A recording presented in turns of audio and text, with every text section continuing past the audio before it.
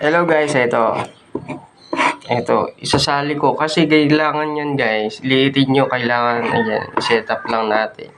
Sa pagkain ng aso to guys ha, ayan, may carrots dyan, meron ampalaya, ayan. Kailangan kasi dyan, kailangan nilang masanay kumain ng gulay guys ha.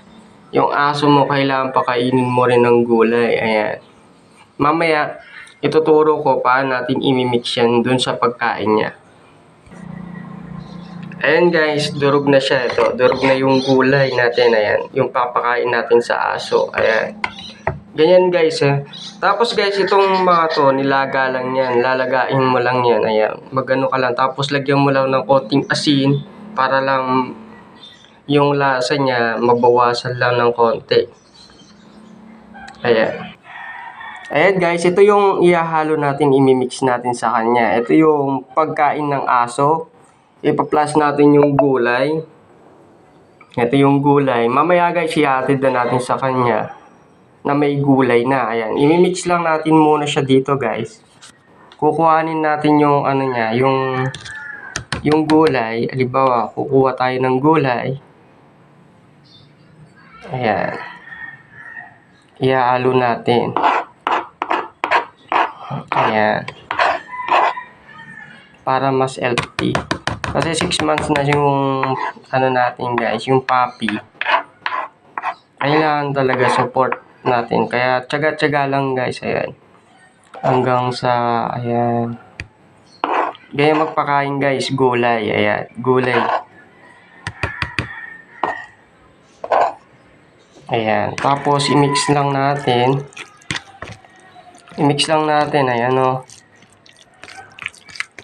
Ayan guys, so imimix lang natin yung pagkain niya sa may gulay, ayan. Tapos pwede nyo rin siya lagyan ng ano guys, ng rice para dumami. Ayan, pwede nyo rin lagyan ng konting rice. Depende sa inyo guys kung ilang rice yung lalagay nyo. Konti lang, katamtaman lang. Ayan, maglagay tayo ng rice guys para makita nyo. Eto na guys, nilagyan na natin ng kanin. Durugin natin din para i-mix natin. Dahil malakas kumain yung ano natin guys. 6 months pa lang siya guys, pero malakas na siyang kumain. Kasi dahil sa gulay guys, ayan Paborito niya yung gulay guys yung gulay. Minsan, iba-ibang gulay naman yung pinapakain natin guys. Hindi lang talaga minsan may patatas. Iba-iba. Para naman lahat ng gulay matikman din niya guys. Basta durugin mo lang yung kanin guys hanggang sa ayan durugin mo lang yung kanin.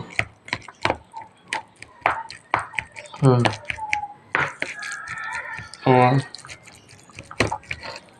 Durugin mo lang hanggang sa madurog mo. Ayan, tapos ibibigay mo na sa kanya guys yung nagawa mo na, na-mix mo na. Mamaya ibibigay na natin ito guys kasi nagugutom na yung ayan.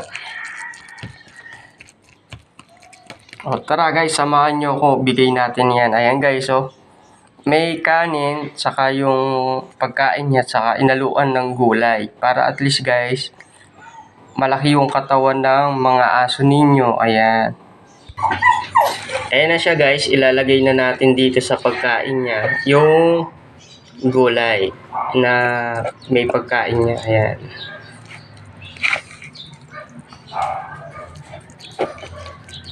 Ayan. Ay, ang bilis niyang kumain nito guys. Pag ginaluan nyo ng gulay, masarap yan guys.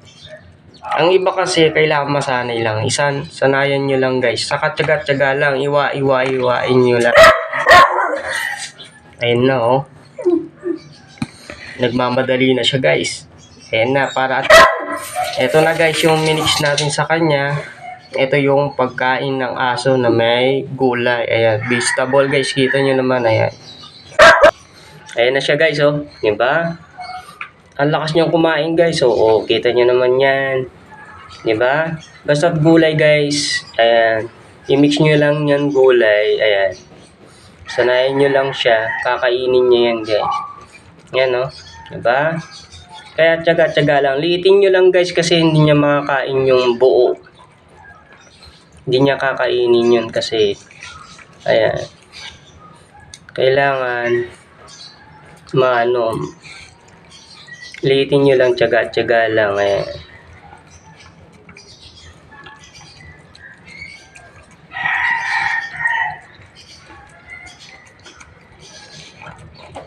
Yung iba kasi guys, iniiwasan nila yung gulay. Hindi nila kinakain kapag buo. Pero yan guys, ayan, oh. Ayan, bilis niya guys, oh. Kailangan mabilis. Ayan, oh. Oh, kita nyo naman ang bilis niyang kumain. Diba? Bilis niyang kumain guys ng gulay. Ayan.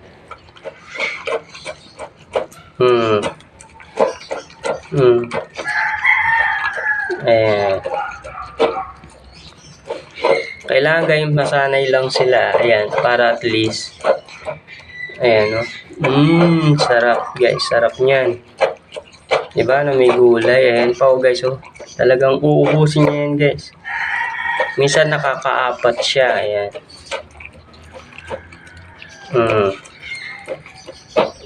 Kailangan masanay sila guys ng pagkain guys. Oh, ubos na. Ayan, oh. Tignan nyo naman. Ubos na. Oh, kita nyo. Ba? Ang takaw nila basta gulay guys eh. Ayan, oh. Diba? Yan ang dyan guys. Tsaga-tsaga lang. Basta taluin mo. Tapos guys, ayan. Kinuha ko na guys. Maglalagay ulit tayo ng another pagkain niya. Ayan. Ayan. Ganito lang ang paghahanda ng pagkain niya guys. Lagyan nyo lang siya ng gulay. Ayan. Tapos ibigay natin ulit sa kanya. Ayan na guys, oh. Ayan. So, ang bilis niya, di ba guys? Oh, nakakailan yan guys. Minsan, apat siya na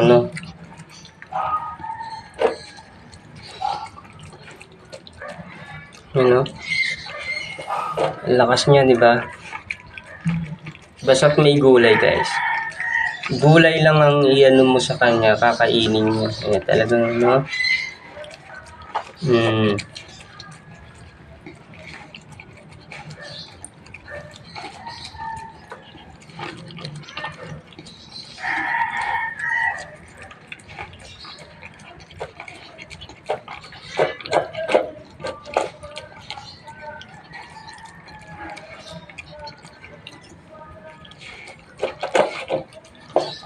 Ayan, diba?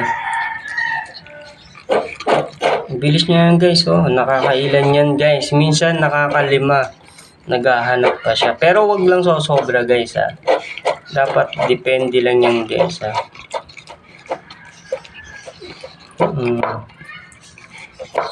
Malakas kumain guys, eh.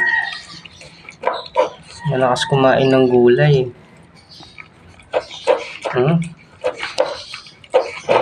ubos ka agad guys, oh. Ubos, Nak kagad guys, oh. Wag mo lang siyang ihistorbohin. Ayan, hayaan nyo lang siya guys. Ayan. Tapos mamaya lilinisin natin yung niya, pinagkain. Ayan guys, oh. Diba? Lakas kumain, eh. Lakas niya guys, malakas kumain.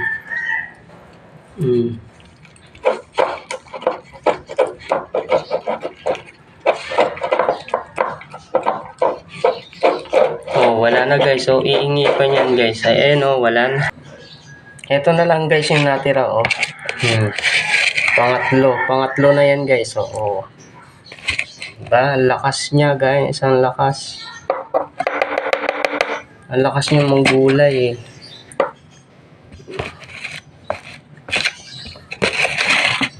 Gulay lang yan guys, gulay. Haluan nyo ng gulay. Yung iba guys, sinishake nila yung gulay. Mas maganda kasi guys, yung may lasa, yung talagang tubig na katas talaga ng gulay. Kasi mahirap yung guys, hindi niya malalasaan yung katas ng gulay. Katulad sa tao guys, kailangan niya yun. Yung may katas talaga. Ayan na guys, oh. Oh, eat, go. Faster. Oh. Ayan guys, oh. Nakatatlo siya, 'di ba? Nakita nyo? Tatlong sunod yung niya, kain niya. Sarap niyan guys, busog na busog. Busog na busog, 'di ba? Kita nyo naman yan, guys. Masarap na masarap.